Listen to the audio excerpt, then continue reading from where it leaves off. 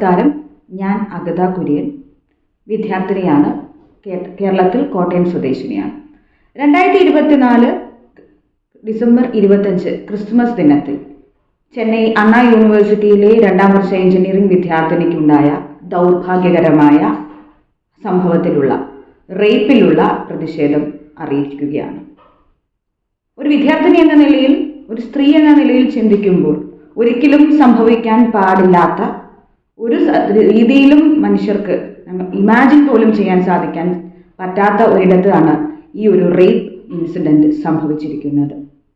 തൻ്റെ ജീവിതത്തിൽ ഏറ്റവും സുന്ദരമായ കാലഘട്ടം ചിലവഴിക്കുന്ന, പഠനവും അതിൻ്റെ ഭാഗമായുള്ള കരിയർ സ്വപ്നങ്ങളുമൊക്കെ മുന്നിൽ കണ്ടുകൊണ്ട് കോളേജിലും എത്തിയ ഒരു പെൺകുട്ടിക്കാണ് ഇത്തരത്തിലൊരു ദൗർഭാഗ്യകരമായ ഇൻസിഡൻറ്റ് നേരിടേണ്ടി വന്നത് എന്നത് ഒരു സ്ത്രീ എന്ന നിലയിലും ഒരു വിദ്യാർത്ഥിനി എന്ന നിലയിലും ഏറെ ചിന്തിപ്പിക്കുകയും വേദനിപ്പിക്കുകയും ചെയ്യുന്നുണ്ട്. തൻ്റെ പ്രിയപ്പെട്ടവനുമായി ഒത്തുള്ള, തൻ്റെ പാർട്ട്ണറുമായി ഒത്തുള്ള സ്വകാര്യ രംഗങ്ങൾ ഷൂട്ട് ചെയ്ത് അതിൻ്റെ പേരിൽ ബ്ലാക്ക്മെയിൽ ചെയ്ത് തുടർന്ന് ബലാത്സംഗം നേരിടുക എന്നുള്ളത് ഒരു സ്ത്രീയെ സംബന്ധിച്ച് ജീവിതത്തിലെ ഏറ്റവും ട്രൊമാറ്റിക്കായ ഒരു ഇൻസിഡൻ്റ് ആണെന്ന് ഒട്ടും ചിന്തിക്കാതെ തന്നെ പറയാൻ സാധിക്കും. അത്തരത്തിലൊരു വലിയ ട്രോമ തന്നെയാണ് ഈ കൊച്ചു പെൺകുട്ടിക്ക്. എനിക്ക് തോന്നുന്നു ഒരു ചെറുപ്പക്കാരിയായ പെൺകുട്ടിയാണ്. വെറും 2ാം വർഷ എഞ്ചിനീയറിംഗ് പഠനത്തിനാണ് അവൾ അവിടെ എത്തിയിട്ടുള്ളത്. ഇത് സംഭവിച്ചിരിക്കുന്നത് ആ കോളേജിൻ്റെ അല്ലെങ്കിൽ ആ വിദ്യാലയത്തിൻ്റെ ചുറ്റുപാടിൽ തന്നെയുള്ള ഒരാളിൽ നിന്നാണ് എന്നുള്ളതാണ് ഈ കുറ്റകൃത്യത്തെ ഏറ്റവും കൂടുതൽ ആഴത്തിൽ ചിന്തിക്കാൻ കാരണമാകുന്നത്. ആ യൂണിവേഴ്സിറ്റിയുടെ അടുത്ത് തന്നെ ഭക്ഷണ സാധനങ്ങൾ വിതരണം ചെയ്തുകൊണ്ടിരുന്ന ഒരു കച്ചവടക്കാരനാണ് ഇത്തരത്തിലുള്ള ഒരു മുതലെടുപ്പ് നടത്തിയിരിക്കുന്നത് എന്നുള്ളതും ഏറെ ചിന്തിപ്പിക്കുന്നു. അയാളെ പോലീസ് അധികാരികൾ ഉൾപ്പെടെയുള്ളവർ ഇത് ഇപ്പോൾ നിയമത്തിൻ്റെ പരിധിയിൽ കൊണ്ടുവന്നിട്ടുണ്ടെങ്കിലും ഇതിനു മുമ്പും ഇത്തരം കുറ്റകൃത്യങ്ങൾ അയാൾ ചെയ്തതായും അത്തരം വാസനകൾ അയാൾ പ്രകടിപ്പിച്ചതുമായുമുള്ള റിപ്പോർട്ടുകൾ അവിടെ നിന്ന് എത്തിക്കൊണ്ടിരിക്കുന്നു. അത്തരം ഒരു സാഹചര്യത്തിൽ ഈ നമ്മൾ സ്ത്രീകൾ എത്രത്തോളം സുരക്ഷിതരാണ് എന്ന ചിന്തയാണ് എന്നെ ഏറ്റവും അലട്ടിക്കൊണ്ടിരിക്കുന്നത്. ഏറ്റവും സുരക്ഷിതമെന്ന് നമ്മൾ കരുതുന്ന വീടുകളും വിദ്യാലയങ്ങളും കലാലയങ്ങളും തൊഴിലിടങ്ങളും എത്രയേറെ സ്ത്രീകളെ അരക്ഷിതമാക്കുന്നു അല്ലെങ്കിൽ അക്രമത്തിനുള്ള വേദിയാക്കുന്നു എന്ന ചോദ്യം ഈ ഒരു ചെന്നൈ റേപ്പ് ഇൻസിഡൻറ്റ് ഉയർത്തിയിരിക്കുകയാണ്. ഈ സാഹചര്യത്തിൽ സ്ത്രീ സുരക്ഷ എന്ന വിഷയം പൊതുജനങ്ങളും അധികാരികളും സർക്കാരും രാഷ്ട്രീയ പാർട്ടികളും ഒക്കെ വളരെ വളരെ ജാഗ്രതയോടെ കാണേണ്ട ഒന്നായി മാറിയിരിക്കുകയാണ്.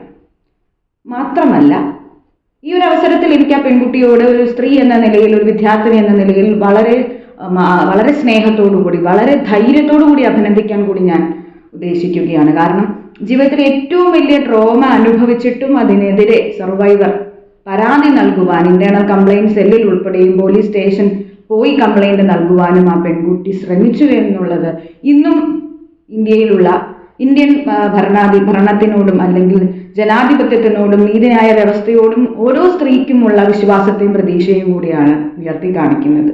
ആയതിനാൽ ഈ കുറ്റകൃത്യത്തിൽ ഏർപ്പെട്ട കുറ്റവാളിയെ കൃത്യമായ നിയമ നടപടികളോടുകൂടി തന്നെ ശിക്ഷിക്കണമെന്നാണ് ഈ അവസരത്തിൽ ഉന്നയിക്കാൻ ആഗ്രഹിക്കുന്നത്. ഒപ്പം സ്ത്രീ സുരക്ഷ എന്നുള്ളത് വെറും ഒരു രേഖപ്പെടുത്തലുകളിലോ നിയമങ്ങളിലോ മാത്രം ഒതുങ്ങി നിൽക്കാതെ ചുറ്റുപാടുകളിലേക്ക് വളരുന്ന രീതിയിൽ എന്തെല്ലാം ഇനി നമുക്ക് കൂട്ടായി ചേർന്ന് നടത്താനാകും എന്നുള്ളത് കൂടി ഭരണ സംവിധാനങ്ങൾ ചിന്തിക്കേണ്ടിയിരിക്കുന്നു എന്നതിനും ഈ ഒരു സംഭവം സാക്ഷിയാകുന്നു.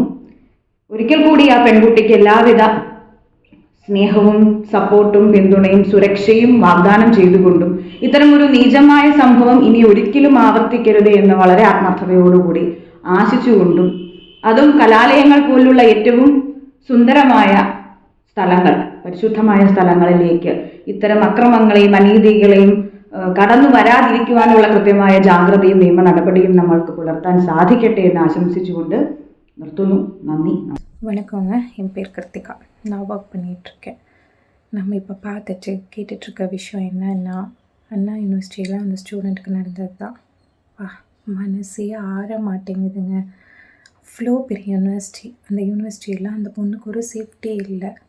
என்ன சொல்கிறது, யூனிவர்சிட்டியில் சேஃப்டி இல்லை, ஸ்கூலில் சேஃப்டி இல்லை, பஸ்ஸில் போகிறோம் அங்கேயும் சேஃப்டி இல்லை, நடந்து போகிறோம் அங்கேயும் சேஃப்டி இல்லை. என்னதாங்க பண்ணுறது?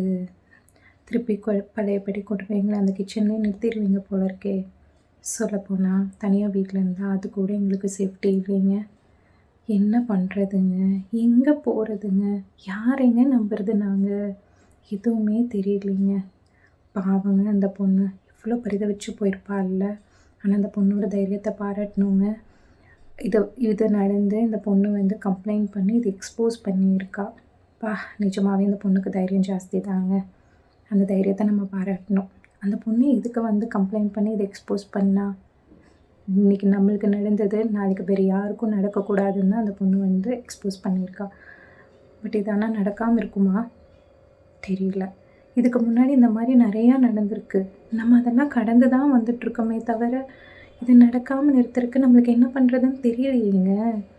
சட்டங்கள் எவ்வளோ கடுமையானால் இதெல்லாம் தடுக்கலாங்கிறது தெரியல, எதுவுமே தெரியல. இங்கே இந்த குழந்தையிலேருந்து 60 வயசு பாட்டி வரைக்குமே இங்கே சேஃப்டி இல்லைங்க. என்னங்க பண்ணுறது எதுவுமே தெரியலைங்க. இப்போ தெரியல, ஆனால் அடுத்த ஜென்ரேஷனில் இதெல்லாம் நம்ம நடக்காமல் இருக்கிறதுக்கு நம்ம முயற்சி பண்ணலாங்க. நம்ம குழந்தைங்களுக்கு நம்ம சொல்லிக் கொடுப்போம். சொசைட்டியில் எப்படி இருக்கணும், ஒருத்தரை எப்படி பார்க்கணும், ஒருத்தரை எப்படி நடத்தணும், எல்லாமே நம்ம குழந்தைங்களுக்கு நம்ம சொல்லிக் கொடுப்போம். எனக்கு 2 குழந்தைங்க. என் குழந்தைங்களுக்கு நான் சொல்லிக் கொடுக்குறேன். நீங்களும் உங்கள் குழந்தைங்களுக்கு சொல்லிக் கொடுங்க. அடுத்த ஜென்ரேஷனில் இதெல்லாம் நடக்காமல் நம்ம பார்த்துக்கலாங்க. நன்றி. नमस्कार, मैं स्नेहा मुंबई से। महिलाओं की सुरक्षा एक महत्वपूर्ण और गंभीर मुद्दा है। यह समाज के हर वर्ग में चर्चा का विषय है। महिलाओं की सुरक्षा सुनिश्चित करने के लिए अलग अलग उपायों की आवश्यकता होती है। उनमें सामाजिक जागरूकता एक महत्वपूर्ण उपाय है। समाज में महिलाओं की तरफ का दृष्टिकोण बदलने की आवश्यकता है। महिलाओं के खिलाफ हिंसा और भेदभाव के बारे में लोगों में जागरूकता बढ़नी चाहिए। समाज में सभी वर्गों की यह जिम्मेदारी है कि वह महिलाओं के अधिकारों का सम्मान करें। सभी बच्चों को अपने घर तथा शालेय शिक्षा में यह सीख दी जाती है कि वो महिलाओं का आदर और सम्मान करें, लेकिन उस पर और जोर देना चाहिए ताकि यह बच्चे बड़े होकर एक जिम्मेदार नागरिक बने। महिलाओं को स्वयं आत्मनिर्भर बनने की ज़रूरत है। महिलाओं ने मार्शल आर्ट जैसी चीज़ें सीखकर उनका स्वरक्षा में उपयोग करना चाहिए।